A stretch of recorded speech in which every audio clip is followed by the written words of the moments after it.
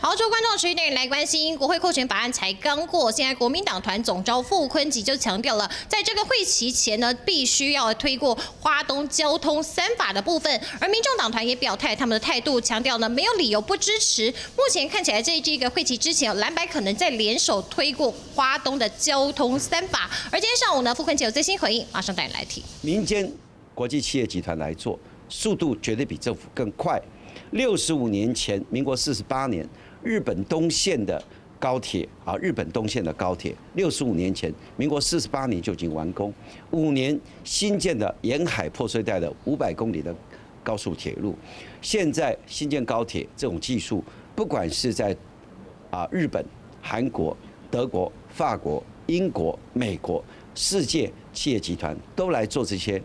工程，都是非常单纯的一件事情，而且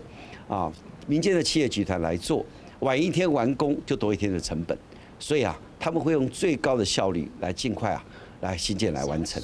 拜托，我已经讲了这么多次了，请大家不要视而不见。我讲了这么多次，我们就是比照台湾高铁的 BOT，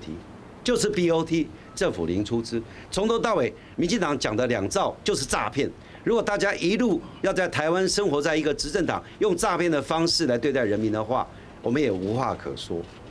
这是国会，我们讲了这么多次，新闻稿发了这么多次，拜托大家用一次。好，可以听到呢，傅昆萁强调呢，这部分绝对是采 BOT 的方式。但我们先前看过了傅昆萁的提案，他将引进了国家主权基金，也就是由民间来进行投标。但实际上呢，也被外界质疑是否替中国来开后门呢？现在傅昆萁提案说这个部分必须得过，但是现在目前在国民党内却有蓝委有不同的声音，包括法院长韩国瑜呢，在日前找了蓝委参叙，他就提到了相关的法案如果要推的话，应该在委员会进行详实的讨论，而包括呢，现在民进党团也呼吁傅昆萁应该悬崖勒马。以上是在立法院最新。